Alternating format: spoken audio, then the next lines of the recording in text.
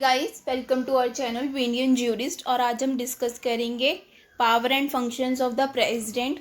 Constitution के under president को बहुत सारी पावर्स दी गई हैं, बट जो ये पावर्स दी गई हैं वो पार्लियामेंट्री फॉर्म ऑफ गवर्नमेंट की थ्रू इंटरप्रेट करी जाती हैं। Parliamentary form of government means जिसमें जो नॉमिनल हेड होता है वो प्रेसिडेंट होता है, और जो रियल हेड होता है जिसको मेजर डिसीजन और इम्पोर्टेंट डिसीजन लेने की जो एक्चुअल पावर है वो प्राइम मिनिस्टर के हाथ में है। सो मीन्स जो रियल हेड है वो कौन है? प्राइम मिनिस्टर है। अगर हम इंडिया के प्रेसिडेंट का कंपेयर यूएस के प्रेसिडेंट से करें तो नेम के अलावा उनमें कुछ भी सिमिलैरिटी नहीं है, क्योंकि जो इंडिया में है प्रेसिडेंट की पोस्ट वो ऑनररी पोस्ट है, और जो यूएस में है वहाँ पर प्रेसिडेंशियल फॉर्म ऑफ गवर्नमेंट है। मीन्स जहाँ पर रियल जो हेड है वो प्रेसिडेंट होता है, बट एज वी नो कि इंडिया में जो चल रहा है वो पार्लियामेंट्री फॉर्म ऑफ गवर्नमेंट है, जिसमें जो प्रेसिडेंट है वो नॉमिनल हेड है। रियल हेड कौन है? Prime ministers. तो मेजर डिसीजन तो प्रेसिडेंट ले ही नहीं सकता, बट यूएस में जो है वो प्रेसिडेंट ही लेता है मेजर, सारे जो डिसीजन है वो प्रेसिडेंट ही लेता है। इंडिया में जो प्रेसिडेंट है इज लाइक अ टीवी, जिसका रिमोट कंट्रोल किसके हाथ में है? काउंसिल ऑफ मिनिस्टर्स के हाथ में है। जो भी काउंसिल ऑफ मिनिस्टर्स प्रेसिडेंट को एडवाइस करेंगे उसको उसके हिसाब से ही चलना पड़ेगा। प्रेसिडेंट अपने डिस्क्रिशन से कुछ भी नहीं कर सकता, एडमिनिस्ट्रेशन नहीं कर सकता इंडिया पर, उसको वही करना पड़ेगा। और वो उसकी एडवाइस से कॉन्ट्रेरी भी नहीं चल सकता कि एडवाइस, चलो जी एडवाइस ले ली काउंसिल ऑफ मिनिस्टर से, चलो अब तो मैं कुछ अपने ओपिनियन से कर लेता हूँ, बट नहीं, उसको उनके एडवाइस के अकॉर्डिंग ही चलना पड़ेगा। These are the powers which are given to the president. First is executive power, then legislative, financial, judicial, ordinance, diplomatic, military and emergency, जो कि हम आज एक एक करके सब डिस्कस करेंगे। सो फर्स्ट है हमारा executive function.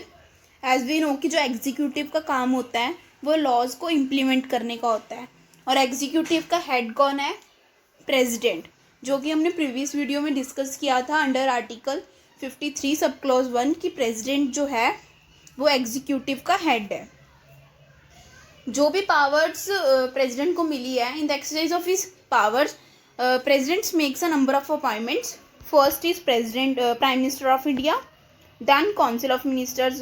Council of ministers को जब प्रेसिडेंट अपॉइंट करेगा उससे पहले वो प्राइम मिनिस्टर से एडवाइस लेगा कि उसके अकॉर्डिंग कौन से काउंसिल मिनिस्टर्स को अपॉइंट करना चाहिए। उसकी एडवाइस लेकर ही प्रेसिडेंट जो है काउंसिल ऑफ मिनिस्टर्स को अपॉइंट करेगा। नेक्स्ट है governor, then chief justice of India, जजेस of supreme and high court, auditor general of India, other officials like election commission, finance commission etcetera, और even chairman of public union commission, administration council appoints national commission, schedule caste, schedule tribes and other backward classes. तो ये सारी जो है president appointments करता है। अब हम डिस्कस करते हैं आर्टिकल 73, जो कि बात करता है extent of executive power of the union. President की जो पावर है वो को एक्सटेंसिव हो जाती है उन मैटर्स में जहाँ पे पार्लियामेंट को राइट है, पावर है टू मेक द लॉज। तो वहाँ पर जो प्रेसिडेंट है उसका भी जो पावर्स है वहाँ पर कुछ मैटर्स में वो भी लॉज बना सकता है, क्योंकि जो प्रेसिडेंट की पावर है वो को एक्सटेंसिव हो जाती है इन द जिसमें पार्लियामेंट को राइट है to make the laws. Next है article 76 which gives the powers to the president to appoint the attorney general of India. Next है आर्टिकल 77 जो कि बात करता है conduct of business of the government of India, जिसका sub clause 1 ये कहता है कि जो भी एग्जीक्यूटिव एक्शन जो भी हमारी कंट्री में लागू होगा, एज वी नो कि जो भी लॉ एंड ऑर्डर हमारी कंट्री में पास्ड होता है वो हमेशा प्रेसिडेंट के सेंट से ही होता है। जब तक प्रेसिडेंट अपना सेंट नहीं देगा तब तक कोई भी लॉ एंड ऑर्डर हमारी कंट्री में इम्प्लीमेंट नहीं होगा। सो जो भी हमारी कंट्री में अकॉर्डिंग टू दिस आर्टिकल जो भी एक्शन हमारी कंट्री में लिया जाएगा वो is to be express to be taken in the name of the president. हमेशा प्रेसिडेंट के नेम पर ही वो चीज़ जो होगी हमेशा लागू होगी। नेक्स्ट हम डिस्कस करते हैं legislative functions, part of the parliament. As we know कि parliament constitutes Lok Sabha, Rajya Sabha and the president. So president is the component part of the parliament. Next, Simon the session, prorogue and joint sitting. Under the constitution, presidents have the powers to simon the session, prorogue and joint sitting of the session, and even also the place and the time holding the session is also determined by the president. Next, power in respect of the bill. As we know कि जो पहले bill है वो लोकसभा में पास होता है, then Rajya Sabha, at the end president के पास. जब तक अपना हमारा जो प्रेसिडेंट है वो अपना सेंट नहीं देता तब तक जो लॉ एंड ऑर्डर है वो कभी भी हमारी कंट्री में इम्प्लीमेंट नहीं होगा. नेक्स्ट है नॉमिनेशन. प्रेसिडेंट 12 मेंबर्स नॉमिनेट करता है फॉर द राज्यसभा जो पर्सन्स बिलोंग करते हैं science, social science, arts and literature से, और 2 मेंबर्स नॉमिनेट करता है फॉर द लोकसभा जो पर्सन्स बिलोंग करते हैं एंग्लो इंडियन कम्युनिटी से. तो ये है उसकी nomination power. Power to pass ordinance. Ordinance की पावर जो है प्रेसिडेंट को अंडर आर्टिकल 123 मिल रखी है, जिसके अकॉर्डिंग जो प्रेसिडेंट है वो ऑर्डिनेंस पास कर सकता है. ऑर्डिनेंस पास वो 2 ही कंडीशंस में कर सकता है, जब जो दोनों हाउस है वो सेशन में ना हो, या एक ही हाउस एज वी नो कि परमानेंट हाउस तो वो तो सेशन में रहेगा ही. तो अगर एक ही जो दोनों हाउस है मतलब सेशन में नहीं है, मींस लोकसभा जो है वो सेशन में नहीं है, और कुछ ऐसी इमरजेंसी आती है कि इमीडिएट एक्शन लेने की ज़रूरत है, तब प्रेसिडेंट जो है वो ऑर्डिनेंस पास कर सकता है. ऑर्डिनेंस वो अपनी मर्ज़ी से कभी भी विड्रॉ कर सकता है, जब उसे लगे कि अब इसकी ज़रूरत नहीं है तब वो ऑर्डिनेंस अपनी मर्ज़ी से वापस ले सकता है. Dissolve the Lok Sabha. As we know कि लोकसभा की जो टर्म होती है 5 ईयर्स की होती है, बट अगर प्रेसिडेंट अगर चाहता है तो वो अगर उसे लगे कि जो लोकसभा है वो अपनी मेजॉरिटी खो चुका है सेशन में, तो वो लोकसभा को डिसॉल्व कर सकता है. उसको ये पावर्स दी गई है अंडर द कॉन्स्टिट्यूशन. नेक्स्ट है हमारी emergency powers. That first is national emergency. Under article 352 president can proclamation of emergency if he satisfies that the security of India or any part of the territory of India is threatened by war, external aggression or armed rebellion. During this proclamation,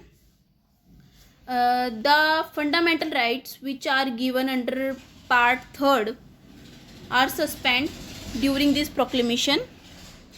next हमारा state emergency. Under article 356 president को powers दी गई है कि वो state emergency declare कर सकता है अगर उसे लगता है कि किसी भी स्टेट की जो गवर्नमेंट है वो अपने फंक्शन जो है वो carried on according with the provision of the constitution नहीं कर रही है, तो वो स्टेट इमरजेंसी डिक्लेयर कर सकता है. ड्यूरिंग दिस जितनी भी पावर्स स्टेट गवर्नमेंट को होती है या उनका कुछ फंक्शन जो कि वो प्रोविजन ऑफ द कॉन्स्टिट्यूशन के अकॉर्डिंग कैरिड ऑन नहीं कर रहे हैं, वो अपने ऊपर लेकर वो रिस्पॉन्सिबिलिटीज़ को पूरा करते हैं हमारे प्रेसिडेंट. नेक्स्ट है financial emergency. Under article 360 the president can proclaim the financial emergency अगर उन्हें लगता है कि जो फाइनेंशियल स्टेबिलिटी है या क्रेडिट ऑफ इंडिया है या कोई भी part of India is threatened by any reason of financial means economic down है, तो जो है प्रेसिडेंट वो फाइनेंशियल इमरजेंसी डिक्लेयर कर सकते हैं. Next is military powers. As we know, President is the supreme commander of the defense forces under Article 53 subclause 2. So according to which President किसी के कंट्री के साथ वॉर डिक्लेयर कर सकता है और वही उसके पास पावर है कि वो उस वॉर को रोक सकता है. Next is diplomatic powers. As we know, President is the head of the state. President ही है जो डिप्लोमेटिक हमारी कंट्री के रिप्रेजेंटेटिव्स या हाई कमिश्नर जो हैं वो दूसरी कंट्रीज़ में भेजेगा, और प्रेसिडेंट ही दूसरी कंट्री के रिप्रेजेंटेटिव्स रिसीव करेगा. हमारी कंट्री से अगर किसी दूसरी कंट्री की फॉरेन कंट्री की अगर कोई ट्रीटी साइंड होती है, कोई एग्रीमेंट साइंड होता है, तो वो कौन करेगा? प्रेसिडेंट करेगा. नेक्स्ट है judicial powers of the president, under which president appoints the chief justice of India and the supreme court judges. Judicial power is also called the pardoning powers of the president under Article 72.